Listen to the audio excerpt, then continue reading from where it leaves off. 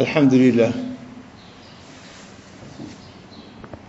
الحمد لله فتح بابه للطالبين وأظهر غناه للراغبين وبسط يده للسائلين. قصدته الخلائق بحاجاتها فقضاها، وتوجهت له القلوب بلهفاتها فهداها، وضجت إليه أصوات ذوي الحاجات فسمعها، ووثقت بعفوه هفوات المذنبين فوسعها، وطمعت بكرمه آمال المحسنين فما قطع طمعها. بابه الكريم مناخ الآمال ومحط الأوزار، لا ملجأ للعباد إلا إليه ولا معتمد إلا عليه. وأشهد أن نبينا محمدا عبده ورسوله وصفيه وخليله وخيرته من خلقه، وأمينه على وحيه. أرسله ربه رحمة للعالمين وحجة على العباد أجمعين، فهدى الله به من الضلالة وبصر به من الجهالة، وكفر به بعد القلة وأغنى به بعد العيلة، ولم به بعد الشتات، وأمن به بعد الخوف. فصلاة الله وسلامه عليه وعلى آله الطيبين وأصحابه الغر الميامين، وسلم تسليما كثيرا. رب اشرح لي صدري ويسر لي أمري واحلل عقدة من لساني يفقهوا قولي. أما بعد، tunaendelea na tafsiri ya sura Fatir na tulisimama jana katika aya ya 13. أعوذ بالله من الشيطان الرجيم. يولج الليل في النهار ويولج النهار في الليل وسخر الشمس والقمر كل يجري لأجل مسمى ذلكم الله ربكم له الملك والذين تدعون من دونه ما يملكون من قطمير. يولج الليل في النهار ويولج النهار في الليل. Tumeelezea kwa kirefu namna gani anavyoingiza usiku katika mchana na mchana katika usiku. Wasakhara ash-shamsa wal-qamar, na jana pia tukaelezea namna gani Mwenyezi Mungu amevitiisha, amevifanya vitii amri yake katika kumhudumia binadamu na viumbe vingine. Ash-shams wal-qamar, jua na mwezi. Na tukaelezea umuhimu wa jua na umuhimu wa mwezi kwa yale tunayojua, wama la na'lam a'zam. Tusijua kuhusu umuhimu wa jua na umuhimu wa mwezi ni makubwa zaidi. Ile elimu ndogo alotupa Mwenyezi Mungu kwa kujua faida za jua, kwamba bila jua hamna maisha, bila jua hakuna miti itakayostawi. Jua muhimu sana katika kila jambo. Taskhir ni kupewa amri itoe mwangaza ule ule wa kiasi uliokusudiwa, kwa sababu ikizidi sana au jua likiondoka pale pake likisogea lau kilomita ngapi, 50, 100, 150 au milioni moja katika 150 milioni. Tazama umbali wa jua 150 milioni kilomita kwa maili 93 karibu milioni. Ikisogea milioni moja katika 150 kilomita ikawa 149 kilomita, tutateketea sote kwa jua. Na likisogea mbali zaidi badala ya 150 kwenda 160 milioni kilomita, tutakufa kwa baridi. Kila kitu kimewekwa kwa pahala pake, na size ya mwangaza na nguvu za jua ile kiasi kadha kwa wakati kadha. leo sama jua kali sana, winter jua linapungua, kwa hikma kubwa na tadbir al-ilahi Mwenyezi Mungu Subhanahu wa Ta'ala. Haya yote haya kullu yajri li ajali musamma, kila moja katika vitu hivi, ikiwa jua, ikiwa mwezi, ikiwa sayari, ikiwa nyota, ikiwa nini, kila kitu vinakwenda mpaka ajali iliyowekewa, muda wake maalum uliowekewa. Kisha utaja Mwenyezi Mungu katika Lauh al-Mahfuz ajal musamma kilichotajwa, yani kilichowekwa, yani ajali wakati, muda maalum uliowekewa. Ikifika kila kitu siku kitateketea. Kullu shay'in halikun illa wajha, kullu man 'alayha fan, kila kilichokuwa juu yake kitatoweka, lakini maisha milele abadan. Wa yabqa wajhu rabbika, bas bakia dhul jalal wal ikram. Kwa hivyo kila kitu ni ajali musamma. Dhalikumullah, huyo ni Mola wao, tena Mola wenyewe, rabbukum, Mola wenu mlezi. Dhalikumullahu rabbukum huwa rabbul azim, huwa rabbun azim, Allahu akbar. Huwa rabbun alqadiru ala kulli shay, mweza wa kila jambo, wala hakuna kitu chenye kumshinda. Lahul mulk, na ufalme wake wa kila kitu. La yu'jizuhu shay, chochote hakuna kitachomshinda Mwenyezi Mungu Subhanahu wa Ta'ala. Dhalikumullah, dhalikum Allah, tena Allah huwa rabbukum. Vitu vyote alivyotajia tokea mwanzo wa sura, katika kuumba mbingu na ardhi na kuumba binadamu na maji na nini na kila kitu, haya yote haya akavilazimisha vitu vyote, kaviumba vitu miaka mingapi kabla kuja binadamu? Allah wahdahu a'lam, Allah wahdahu a'lam. Miaka mingapi? Ikiwa kwa mamilioni, ikiwa kwa ngapi? Allah wahdahu a'lam. Wote imewekwa kwa nini? Angojea mheshimiwa binadamu aje astarehe na vitu vyote vimhudumie. Allahu akbar. Takrima gani kuliko hivi tena, kwa mwenye uwezo wa kila kitu? Hebu niambie wewe, mtu kitu kimoja tu akikupa ili upate kufaidika, namna gani unaona neema imekushukia?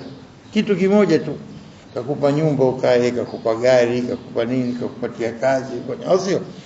Utamshukuru vipi mtu huyo?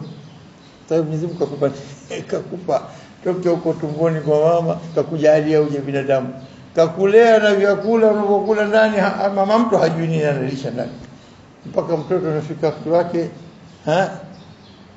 anatoka anakuja katika ulimwengu mpya, tayari kafika, tukamwekea riziki yake nyingine.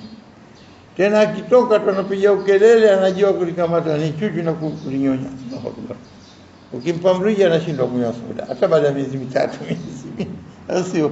Tazama hikma, kila kitu, rububiyatillah, ulezi wa Mwenyezi Mungu Subhanallah, hauna kifani, hauna mfano kabisa Subhanahu wa Ta'ala. Dhalikumullah, unaposoma kauli kama hii dhalikumullah, sio dhalika dhalikum, yani vitu vyote vilivyotajwa hivyo ujue anavyofanya huwa Allah, tena rabbukum, Mola wenu mlezi. Yoyote anakipendea kile anachokilea, angojee tu mpaka mtoto atoke duniani, uko tumboni hana la kufanya, mpaka Mwenyezi Mungu amtengeneze, amtoe. Fasila al-insan, ameadhibisha binadamu, ma akfara, kufuru yote aliyofanya Mwenyezi Mungu. Vitu vyote anavyompa na anakufuru bado. Min ayi shay'in khalaqa, min nutfa khalaqahu faqaddara. Nutfa tone, ajitizame katoka kwenye nini? Tone tu, udhaifu wa binadamu, lakini katakabbar baadaye. Min nutfatin khalaqahu faqaddara, akamkadiria kila kitu, riziki yake, umri wake, kila kitu. Thumma sabila yassara, ikisha njia kamfanyia iwe nyepesi. Dhalikumullah rabbukum, huwa Mola wenu, kamfanyia njia iwe nyepesi kabisa. Njia gani? Ikiwa njia kutoka tumboni kwa mamake kuja katika maisha mapya, ikiwa njia kusudia kwamba njia ya hidayah ya siratu mustaqim, Qur'ani na mtume na maulama wamekuja kumfundisha yetu ili aongoke ajue njia ya Mola wake. Thumma sabila yassara, nafasiriwa maana mbili. As-sabil, njia, Njia gani? Njia kutoka tumboni kuja duniani au njia toka anatoka duniani mpaka kufa kwake? Mwenyezi Mungu amemletea yani hidayah, sirati kaonesha njia, akamfanyia nyepesi kabisa. Akili yake ikisikia maneno ya Allah yanakubali moja kwa moja. Maumbile yake ameumbiwa na Mwenyezi Mungu Subhanahu wa Ta'ala ili nini? Kikubali kile anachokisema Mwenyezi Mungu tu, wala si kingine. Hii ni haki, hii batili, hii kizuri, hii kibaya. Sabila yasra thumma amatahu, akitaka staki tampisha roho fa aqbara, kamtia katika kaburi. Thumma idha shaa anshara, siku yote atamfufua. Subhanallah, dhalikumullah rabbukum. Baba mtu, mama mtu anajitahidi katika rububiyatihima, katika ulezi wao kwa kumtekelezea kila kitu mtoto wao. Lakini mtoto akiumwa tu anamtafuta daktari, hampati. Na akimpata daktari dawa hamna. Na akipata dawa isikubali. Akaendelea kuumwa. Hawezi kutekelezea yale anakitaka moyoni kwa sababu huwa fakir, mnyonge, muhtaji. Hana uwezo kwa vitu. Ili uone bayana rububiyatillah wa rububiyatil insan. Rabb imetumika bimaana nini? Mlezi. Alipokuwa katika kisa surati Yusuf imetaja Rabbi bimaana babake yule aliyemlea Yusuf mara 3 nafikiri kama sikosei. Hata mara moja Bibi Zulaikha alikuwa akijaribu mambo yake, akasema ma'adha Allah, najikinga kwa Allah, innahu rabbi, sio mola wangu, mlezi wangu mumeo, ahsana mathwai. Kwa rabbi bimaana nini? Ulezi. Mwenyezi Mungu kalitumia neno hili kuonesha kwamba katika sifati za Mwenyezi Mungu moja rububiyati, kwamba akiumba kitu, akakiongoza, akakikadiria, akakipa kile anachokitajia. Akasema pia wama min dabbatin fil ardi illa ala Allah.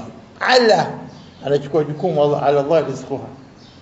Rububiyatullah subhanallah tofauti kabisa na rububiyat makhluq kilichoumbwa.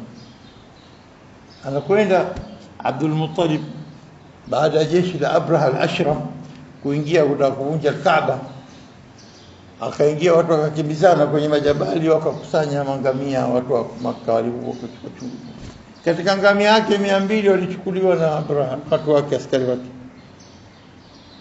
Akaambiwa katika hema lake sasa hivi anakuja mkuu wa Makuraish. Karibu. Na heba ya Abdul Muttalib, sura yake nzuri, mrefu, mwenye nguvu, msemaji.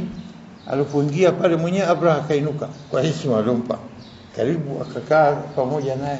Baada ya kukaa akaambia, bwana, watu wako wamenyang'anya ngamia 200 wangu. Ngamia 200. Sasa acha nyoshe mguu, acha nifanye utaki. Ulipoingia na heba yako nimekuona mtu nikakuinukia kwa kupa heshima yako. Mikafikiri unakuja kuzungumza na mimi kama utakuja kuvunja Kaaba yangu tutapigana nini? Kumbe unanitajia vijingamia 200. Ngamia 200 nimekuvunja heshima yako, خلاص imetoka katika moyo wangu. Abraha anayekuja kuvunja Kaaba anamwambia nani? Abdul Muttalib ndio kiongozi wao. Akasema nini? Akasema ana rabbul ibil. Ana rabbul ibil walilbayti rabbun yahmi. Naona rabbu mbili hizo. Ana rabbul ibil. Mimi mola wa nini? Sio mola. Mlezi. Mwenye kumiliki. Rabbul ibil, mwenye kumiliki ngamia. Nipe ngamia wangu. Hiyo nyumba mtajuana na mwenyewe, sio mimi. Mkosea anwani. Au sio? Aina lilbayti rabbun. Nyumba ina rabbu mlezi wake, yahmihi, atailinda tu. Fanyeni mnavyotaka kufanya. Subhanallah. Kwa hivyo hapa tunapata maana rububia, kwamba ulezi uliokamilika hasa kwa Mwenyezi Mungu. Dhalikumullah rabbukum. Yani tusipite tumbio tukasoma bila kutizama ndani ya maneno kama haya mna maana gani. Subhanahu wa ta'ala, ulezi wote mara nyingi hushindwa kutekeleza mambo, lakini Mwenyezi Mungu hashindwi na jambo. La yujizuhu shay abadan. Mahitaji yoyote yanayotaka kile kitu alichokiumba kukamilisha bila kuambiwa. Wa ta'uddu ni'matallahi la tuhsuha. Wa ataakum min kull ma sa'altum. Katika sura Ibrahim tunasoma wa ataakum, na akakupeni min kullin. Kuna qiraa mbili hapa, qiraa ya mwanzo kwa kasratin, wa atakum, nakakupeni min kullin, kutokana na kila kitu, ma saaltumu, hajamuomba, kakupeni mwenye Mwenyezi Mungu. Na qiraa yenye uzito zaidi, wa atakum min kulli, kasratu basi, min kulli ma saaltumu, akakupeni kila mlichokiomba. Wenyosha mikono, ya Rabb, nataka hichi, Mwenyezi Mungu anakupeni. Wakati mwingine upewe sio, la wallahi anakupeni, lakini wewe hujajua kuomba. Umeomba kitu, Mwenyezi Mungu kaona kibora zaidi akokea akhera, au sio? Umeomba kitu, kumbe kuna dhambi nzito, bora ifute. Unataka uweze kufuta dhambi, unataka upewe hicho kitu, bora ifute dhambi. Mwenyezi Mungu anajua zaidi. Hadi rububiyya, dhalikumullah rabbukum, dhalikumullah rabbukum. Kwa hivyo lahu almulk, ufalme hasa ni wake yeye. Lahu mulkiyatu, yani ufalme wa kumiliki kila kitu, mbingu, ardhi, kila unachokijua. Huwa rabb alalamin, kila kitu kinaingia katika kauli alalamin. Ulimwengu wote, kuanzia binadamu, wanyama, wadudu, samaki, vitu wenye kuishi, ndege, visoishi, jua, mwezi, sayari, nyota, vitu vyote hivi, mbingu, pepo, moto, kila kitu. Huwa rabb alalamin yote. Na kwa sababu yeye ndio pekee, hakuna alishirikiana naye, hakuna mshirika, na pekee anastahili alhamdu wala astahili alhamdulillah. Tuseme alhamdulillah kwa sababu yeye ndio rabbul alamin. Alhamdulillah rabbil alamin. Dhalikumullahu rabbukum lahul mulk, lahul mulk, ufalme wote uko kwake yeye. Sahihi. Aya inasema ni baadaye,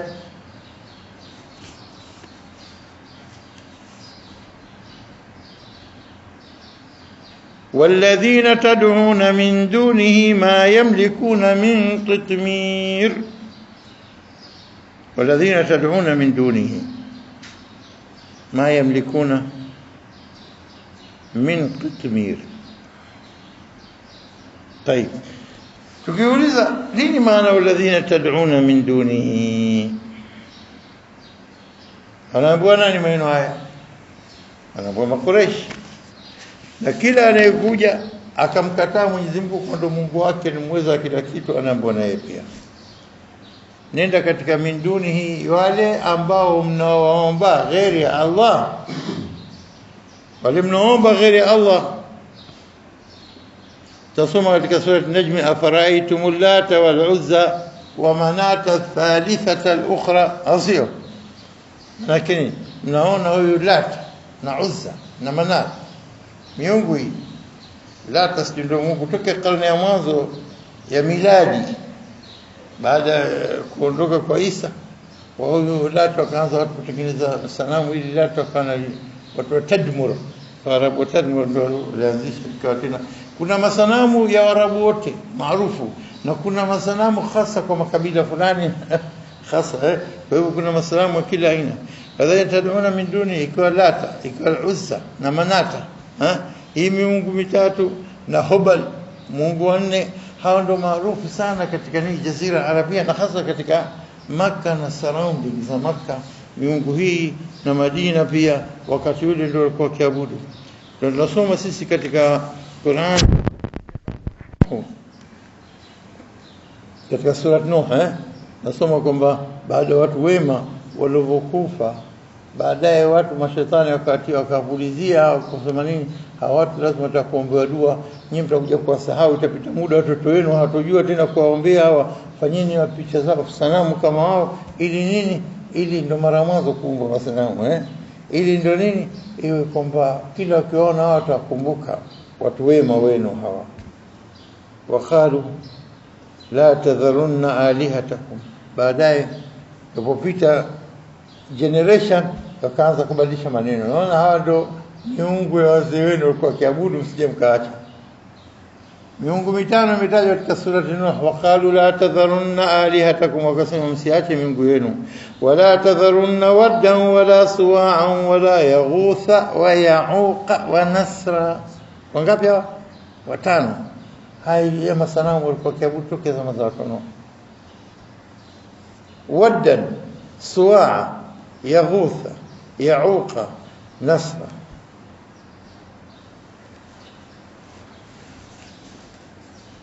Naam, hii miungu ambayo nini, miungu ambayo Waarabu walikuwa kiabudu sana. Kwa hivyo hii miungu yote, waladhina tad'una min dunihi, ile miungu ambayo mnayoomba nyinyi ghairi ya Allah, kulikuwa na wengineo. Kuna jina taghut pia katika miungu yao.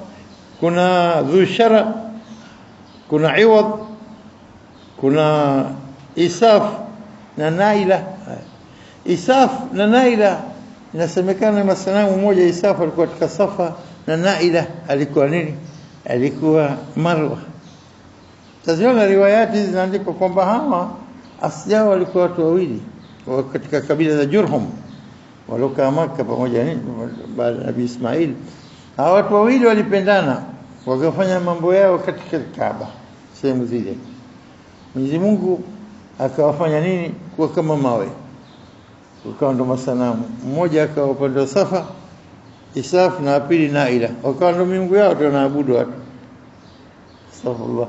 Kwa hivyo miungu mingi sana. Ujinga ulikuwa kiza cha ujinga kilienea, ikawa watu wenye akili zao, lakini katika mambo ya ibada mpaka leo wenye kuabudu ni kuabudu wanyama, ni kuabudu nyota, wenye kuabudu jua, wenye kuabudu kila aina ibada, wenye kuabudu malaika, wenye kuabudu binadamu, wenye kuabudu mitume, aina mbalimbali ya mitume.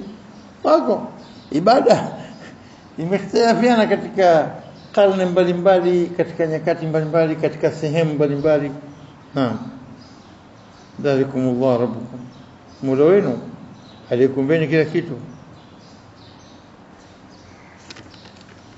Kawashu wakaabudu miungu, tad'una min dunihi walladhina tad'una min dunihi, mnaabudu ghairi ya Allah. Wanamiliki nini hata mnaabudu?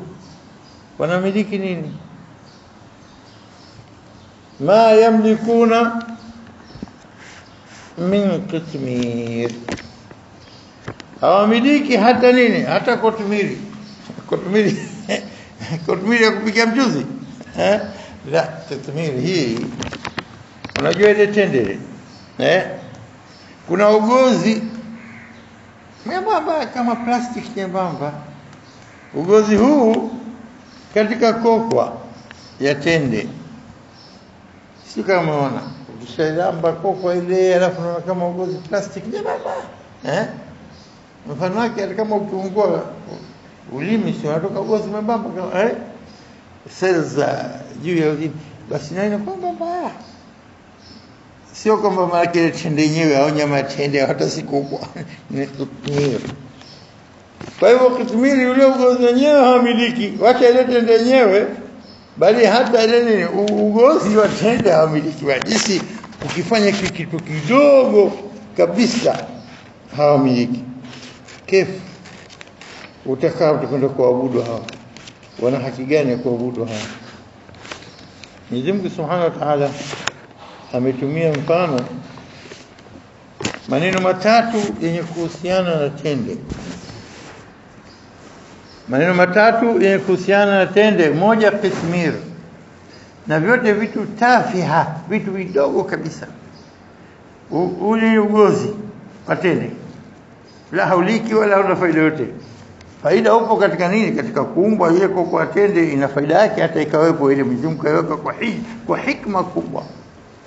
Alafu kuna neno jingine limetumika qitmir, kuna fatil, kuna naqir. Maneno mangapi haya? Matatu. Moja nini? Qitmir, na ya pili fatil, na ya tatu naqir. Haya, tukitizama kauli ya hii katumia katika Qur'ani Mwenyezi Mungu, ukienda katika aya 49 surati An-Nisa, aya 49 surati An-Nisa, Mwenyezi Mungu anasema alam tara ila alladhina yuzakkuna anfusahum, alam tara ila alladhina yuzakkuna anfusahum, unaona wale ambao wenye kujisifu nafsi zao, wajitakasa nafsi zao. Balillahu yuzakki man yasha, Allah ndiye mwenye kuwatakasa anayewataka Mwenyezi Mungu Subhanahu wa Ta'ala. Balillahu yuzakki man yasha. Tena basi katika tazkiyatullah lahum, katika kuwatakasa hawa, sio kama wanadhulumu wengine, la, wala yudhlamuna fatila, wala yudhlamuna fatila, imekuja fatila hapa wala yudhlamuna fatila, wala yudhlumu hata nini, ule wazi wako kwa tende, ule wazi wake no kama kwamba umepasuliwa kwa kisi, ule ni fatila. Au wengine wakasema, ngoja nitakuonesheni picha hapa, vitu vitatu, sio kama mnaona picha hii, vitu vitatu: qitmir na fatil na naqir. Tazameni, unaona ugozi huu, naona kitu kama kimetokeza kama huu nyuzi huu, na muona kuna tundu nyembamba ndogo kabisa. Tundu ndio hii tundu yenyewe ndio inaitwa naqir, na huu unatoka kama nini kama nyuzi huu ndio fatil. Hata hii adhuru, na hii hapa ni kigozi cha qitmir. Naziona picha hizi. Kwa hivyo hapa Mwenyezi Mungu katika aya 49 sura Nisa akasema hawa wala yudhlamuna fatila, hawa dhulumu hata ule nini, ule uwazi wako kwa tende. Na katika sura hii ukenda katika aya ngapi? Aya ya 53, ya 49 ya 53 sura Nisa, Mwenyezi Mungu anasema am lahum nasibun min almulki, hao wanayo sehemu yote ya utawala. Fa idha la yutuna an-nasa, basi hapo wasingewapa watu, la wangelikuwa nayo nasibu, wanamiliki kitu katika mulki ya Mwenyezi Mungu, wangelifanya bakhili wakachatu afya. Anasema nini? La yutuna an-nasa naqira, hata ile naqira singewapa. Ni naqir katika picha muona ni tundu tuchu, itundu katika kogwa inaitwa naqir, hata hiyo tundu asingewapa. La yutuna an-nasa naqira. Kwa hiyo maneno haya matatu yametumika katika kuonesha udogo wa kitu kisichokuwa na maana kabisa: qitmir, fatil na naqir. Sawa? Kwa hivyo hapa tukija kwamba Mwenyezi Mungu ndio mwenye kumiliki kila kitu, lahul mulk, kinyume chake asiyekuwa Allah anakuwa qitmir na naqir na fatil ndio mwenye kumiliki. La hamiliki hata hicho hawana, kwa hivyo wana chochote. Ndio kwa maana baadaye chini kuja ya ayuha nas antumul fuqara, ya ayuha nas antumul fuqara Allah. Tuache kwanza hii qitmir, pia tutaunganisha na aya nini ya 15. Lakini sasa tuje katika walladhina tad'una min dunihi ma yamlikuna min qitmir, wale mnaabudu ghairi ya Allah, ikiwa hawamiliki hata nini, hata ule ugozi wako kwa tende, wanastahili kweli kuabudiwa? Kitu chenyewe ni kwamba in tad'uuhum la yasma'u du'aakum walau sami'u mastajabu lakum wa yawma alqiyamati yakfuruna bishirkikum wala yunabbi'uka mithlu khabir. Allahu akbar. In tad'uuhum la yasma'u du'aakum, hebu kaeni muombe, nenda kwenye sanamu uliombe, watakusikia kitu? لا يسمعوا دعاءكم. إن تدعوهم لا يسمعوا دعاءكم كما تأمبها وسكيكتو ولو سمعوا لو انجلسكيا بس ما استجابوا, wasingelikuitikieni na kukujibuni kukupeni mnachokitaka. Mastajabu lakum. Haya kwa duniani, lakini tupofika na mbele haki, hapo ndio kwenye mambo hasa. Wa yawmal qiyamati yakfuruna bishirkikum, na siku ya kiyama watakanusha, wakatai kabisa, hajatuabudu sisi, hajatushiriki sisi pamoja na wewe Mola, ya abadan, sisi hatushirikiana na wewe ya Rabb. Mwenyezi Mungu atajalia masanamu na yote itasema siku hiyo, ikatae. Naam, itakataa siku hiyo Mwenyezi Mungu yakhluqu min al-asnam al-haya, itakuwa na uhai, liyaqulu, ili wapate kusema masanamu, ma kanu iyana ya'budun, ma kanu iyana ya'budun, haja kutuabudu sisi kabisa. Nabii Isa tuambiwa, anta qulta linnas ittakhidhuni wa ummi ilahaini min dunillah, qala subhanak, abadan ulitakasika, sijaambia mimi aniabudu mimi na mamangu waache Allah, abadan. In kuntu qultu laqad alimta, ingawa nimesema ungelijua. Ta'lamu ma fi nafsi wa la a'lamu ma fi nafsik, unajua kila kitu katika nafsi yangu lakini sijui kilichoko kwako. Kila mmoja atakataa, kila mmoja atakataa, shetani atakataa, kila mmoja ataruka huko, wenye kuabudiwa wote watakataa. Lao Mwenyezi Mungu hapa, sa intad'uhum la yasma'u du'aakum, kama mtaomba hawasikii dua zenu, walau sami'u, iftadhi kama wanasikia basi wasingelikusikilizeni mnayotaka, mastajabu lakum, wasingelikupeni kwa sababu hawana kitu. Wakupeni nini? Na wao sio miungu, si miungu ya kweli, hata kwamba unaweza kufanya jambo lolote, la yadhuru wala yanfa, chochote katika hii miungu yeyote katika hawa, la hawadhuru wala hana manufaa, wala hawezi kusema wala hawezi kufanya jambo lolote, la yamna wala yamnah, hawakatazi wala hawakupi. Subhanallah, kwa nini muabudu na watakataa siku hiyo? Kwa sababu wala usemi mastajabu, kuna venye kuweza kusikia lakini visiweze kujibu. Mbwa anasikia mfano lakini hawezi kusikia, njoo hapa bwana, lakini hawezi. Na ingelikuwa haya masanamu wanaweza kusema, basi ingelikataa mbele. Lakini Mwenyezi Mungu amevidhalilisha zaidi kwamba haviwezi kusema, bali sio hivyo udhalilifu wao kwamba nyinyi wenyewe mnavitengeneza vitu hivi. in tad'uhum la yasma'u du'aakum wa law sami'u mastajabu lakum wa yawm al-qiyamati yakfuruna bi shirkikum, siku ya kiyama vitakataa, vitapinga, vitakataa kabisa.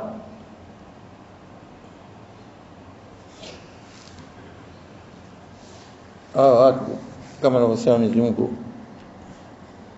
wattakhadhu min duni llahi aliha, wattakhadhu min duni llahi alihatan, wamechukulia ghairi Allah kwa miungu yao, liyakunu lahum izza, wapate nini? Nguvu. Inna al-izzata lillahi jami'a, nguvu zote ziko kwa Mwenyezi Mungu. Liyakunu lahum izza, kalla sayakfuruna biibadatihim, watakanusha na kukataa kwamba walikuwa wakituabudu sisi, abadan hawajatuabudu. Wakuja kisimama tu yake ndio ibada hiyo. Kwanza sisi wametuumba wenyewe, watengeneza, astaghfirullah, wametutengeneza wenyewe, wametuchonga, hatuna uwezo wote, haja ya kuabudu. Sijui atafanya nini. Sisi si miungu atatuabudu, itakataa. Kwani sisi miungu atatukubali kwamba haya ndio ni abuduni? Abadan. sayakfuruna, kalla siwa, sayakfuruna biibadatihim wa yakununa alaihim dhidda, ay masanamu na miungu ya uongo na waabudu watakuwa dhidi yao siku hiyo, watakuwa maadui yao siku hiyo, watapinga kabisa.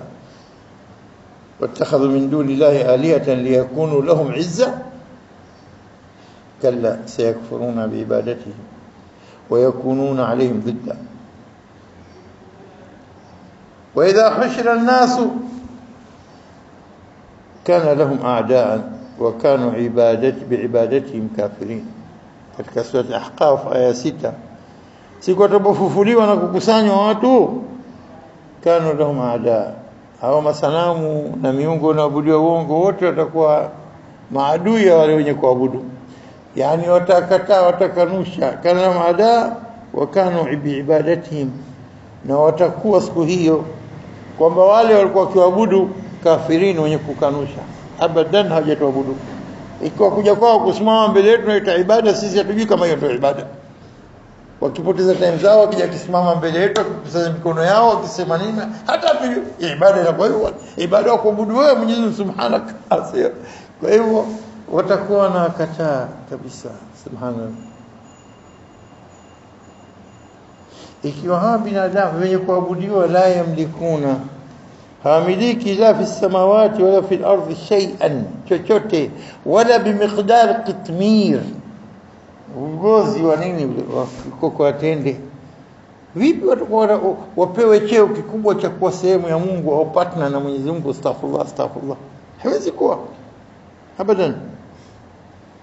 Na waite Hubal, Lata, Uzza, hawaambie basi wasaidie kitu kama naweza. Waite Manata, waite miungu yao ya uongo. Wote hawa al-izzatu lillahi jami'a, al-izzatu lillahi jami'a, utukufu wote kwa Mwenyezi Mungu. Subhanaka Allahumma wa bihamdika.